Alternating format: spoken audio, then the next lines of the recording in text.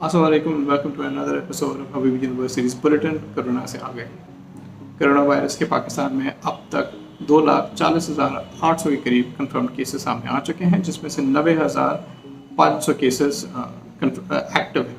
इस वबा की वजह से 4,983 लोगों की डेथ हो चुकी है। इसी हवाले से आपको आगाह रखने के लिए हमने एक 3 पार्ट सीरीज़ का आगाज़ किया था, जिसका नाम कोरोना 360 है। इसके पहले पार्ट में हमने तफसील से बात की थी कोरोना वायरस के सिम्टम्स के मुतालिक, और दूसरे पार्ट में हमने इसकी ट्रीटमेंट ऑप्शंस और उसके इर्द गिर्द जो मिथ्स हैं उसके बारे में हमने गुफ्तगू की। आज की जो एपिसोड है उसमें हम जो रिकवरी का मरहला है उसके बारे में तफसील से बात करेंगे। हमारे साथ मौजूद हैं doctor Kashif Rizvi. Thank you so much for joining us doctor Kashif. It's a pleasure to be here. जी, सो डॉक्टर काशिफ, सबसे पहला जो मेरा आपसे सवाल है वो रिकवरी के हवाले से है। अगर एक दफ़ा हम कोई शख्स कोरोना वायरस से रिकवर हो जाए तो री इन्फेक्शन के कितने चांसेस होते हैं, और रिकवरी के बाद कितनी देर तक आपकी इम्यूनिटी रहती है कोरोना वायरस से? इस एंटीसिपेटरी टाइम में कि अगर खुदा न खास्ता किसी को हो जाए तो दो चीजें लाजिम हैं। एक विटामिन डी, जिससे कि आपकी इम्यून सिस्टम को बूस्ट मिलता है। विटामिन डी सिर्फ, जो कि आप 10,000 units every 2-3 days you can take orally, or you can take an injection of 300,000 units हर महीने। विटामिन डी के साथ में जो बहुत जरूरी चीज है वो है ब्रीदिंग एक्सरसाइजेस।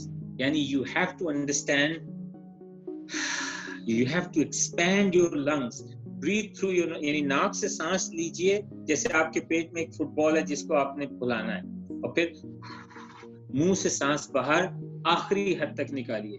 ये आप 10-15 दफा दिन में 3-4 दफा एक्सरसाइज करें ताकि आपके लंग्स को फैलना आए। और तीसरी चीज, उल्टा लेटने की मशक करें, क्योंकि जब हम उल्टे लेट जाते हैं, खासतौर पे अगर हमारा वजन नॉर्मल से ज्यादा है, तो हमारे लंग्स के बहुत से इलाके खुल जाते हैं। इससे हम वेंटिलेटर से बच सकते हैं, right? So exercise, breathing exercise and vitamin D is to protect yourself from getting it. ठीक है। अब जब आपने उसको बीमारी को मुकाबला कर लिया और आपके इम्यून सिस्टम ने उसको साइटोकाइन स्टॉर्म वाली जगह नहीं, नॉर्मल रिएक्शन किया, तो आपके जिस्म में 2 एंटीबॉडीज बनती। एक एंटीबॉडी का नाम है IgM, M for mother. IgM का मतलब ये है कि ये अभी इन्फेक्शन आपको हुआ है और वो लड़ाई जारी है आपके जिस्म, इन्फेक्शन और मुदाफियत की। ऑलमोस्ट 100% पीपल, यानी 100% लोग इस कोविड-19 के 14वें दिन के बाद 100% लोग IgG, यानी G for golf, IgG antibody बना लेते हैं, जो कि प्रोटेक्टिव एंटीबॉडी है। अब वो एंटीबॉडी बन गई। अब इसके बाद चूंकि ये एक नोवेल नया वायरस है, हमें ये नहीं पता कि कितने अरसे तक उनमें ये मुदाफियत बरकरार रहेगी। We don't know कि वो एंटीबॉडी यहाँ रहेगी या आहिस्ता आहिस्ता नीचे आके खत्म हो जाएगी। जो पिछले 2 कोरोना वायरस गुजरे हैं दुनिया में, सार्स और मर्स, उसमें सारी रिसर्च ये शो करती है कि 52 वीक्स के बाद, यानी 1 साल के बाद, एंटीबॉडी का टीटर नीचे की तरफ गिर जाता है और फिर आपको री इन्फेक्शन हो सकता है। तो कम से कम इस मर्ज में आप ये कह सकते हैं कि आपको कई महीने दोबारा होने का इम्कान बहुत कम है, बहुत कम। और इस दौरान में इंशाल्लाह इसकी वैक्सीन भी बन जाएगी। तो एक दफा जब आप होके गुजर गए इससे, तो आप अपने आप को जल्दी से जल्दी वापस लाने की नॉर्मल पे कोशिश कीजिए। और इसीलिए हॉस्पिटल में गए हुए लोग या वेंटिलेटर पे गए हुए लोग, 90% death possible if you go on ventilator, 90%। और जो कुछ लोग बच भी गए, उनको कई महीने दोबारा से सांस लेना, चलना फिरना ये सिखाना पड़ेगा। So the disability will be enormous. So the key things, my message, number 1, wear the mask, don't get the disease. Number 2, get the disease, stratify your risk, stay at home. Number 3, if you become very sick, put your trust in the doctors and their selection of medicines. Don't speculate. Thank you, that was very informative. मेरा जो दूसरा सवाल है आपसे वो plasma donation के हवाले से। लोग प्लाज्मा डोनेट करना चाहते हैं, बट उनको नहीं पता कि ये किस हद तक सेफ़ है, या कितना इंतज़ार करना चाहिए रिकवरी के बाद प्लाज्मा डोनेट करने के लिए। دیکھیے اس کو ہم کہتے ہیں کانولیسنٹ پلازما.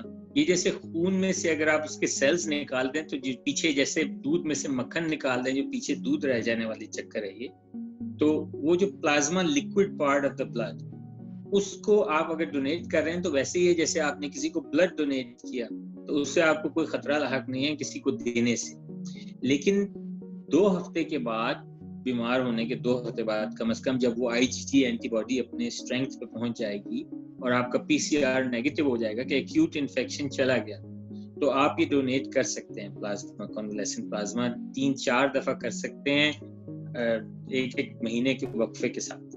اس سے آپ کو کسی طرح کا کوئی نقصان نہیں پہنچے گا اور نہ ہی آپ کی مدافعت کم ہوگی, کیونکہ اینٹی باڈی تو بلینز کی تعداد میں جسم میں گھوم رہی ہے. تو اس کنولیسنٹ پلازما 100 سال سے زیادہ تجربہ ہے کہ یہ کئی بیماریاں جیسے ڈفتیریا یا اسمال پاکس وغیرہ کو ٹھیک کرنے کے لیے استعمال ہوتا ہے. اور اب بھی چھوٹی چھوٹی کئی اسٹڈیز نے شو کیا کہ اگر صحیح وقت پہ, جیسے میں نے کہا نا کہ یہ تعین ڈاکٹرز ہی کر سکتے ہیں, کہ جب شروع کے دور میں جب آپ جلد نئے ہسپتال آئے ہیں کہ آپ کی سانس تھوڑی تیز ہو گئی ہے اور سیچوریشن گر رہی ہے اور بخار بڑھ رہا ہے, اس وقت یہ convalescent plasma is very good medicine.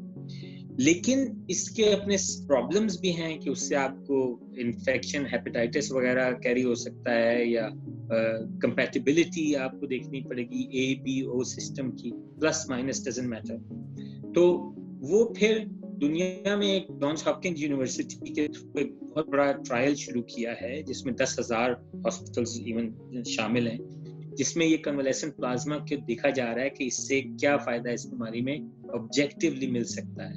تو پاکستان میں 3-4 بڑے بڑے جو ہاسپٹلز ہیں وہ اس ٹرائل میں شرکت کر رہے ہیں, جیسے آغا خان یا national institute of blood diseases etcetera. تو اگر کسی شخص کو پلازما ڈونیٹ کرنا ہے تو وہ وہاں جائے, اور کسی کو ریسیو کرنا ہے تو وہ وہاں جائے ان ہسپتالوں میں. اور رینڈملی کسی ایک شخص سے خرید کے کسی ایک شخص کو, یعنی یہ کوئی ایسا تیر بہدف نسخہ نہیں ہے کہ آپ کو جیسے کنجی مل گئی ہے اس کو ٹھیک کرنے کی. It's one of the things which could act as an adjunct for treatment. تو کلیکٹ صحیح طریقے سے چوز کیے ہوئے پیشنٹ کو صحیح انوائرمنٹ میں لے کر صحیح طریقے سے دلے تو ٹھیک دوا ہے. Thank you so much for joining us, Dr. Kashif. Thank you very much. So that was all we had for today's episode. ہمیں امید ہے کہ اس 3-part Corona 360 سیریز سے آپ کی جانکاری میں اضافہ ہوا ہوگا, اس وائرس کی سمٹمز, ٹریٹمنٹ اور ریکوری کے حوالے سے. Before we go, I just want to stress کہ کرونا وائرس ابھی بھی کافی تیزی سے پھیل رہا ہے, اور ہم سب کی ذمہ داری ہے کہ we play our part in curbing the spread of this virus. 3 اہم چیزیں: ماسک پہننا, سیف ڈسٹنس رکھنا اور ہائیجین یعنی کہ ہاتھ دھونا. یہ 3 چیزیں ہم سب کی ذمہ داری ہیں اور ہمیں اس کو ریلیجسلی فالو کرنا چاہیے. بہت بہت شکریہ. خدا حافظ.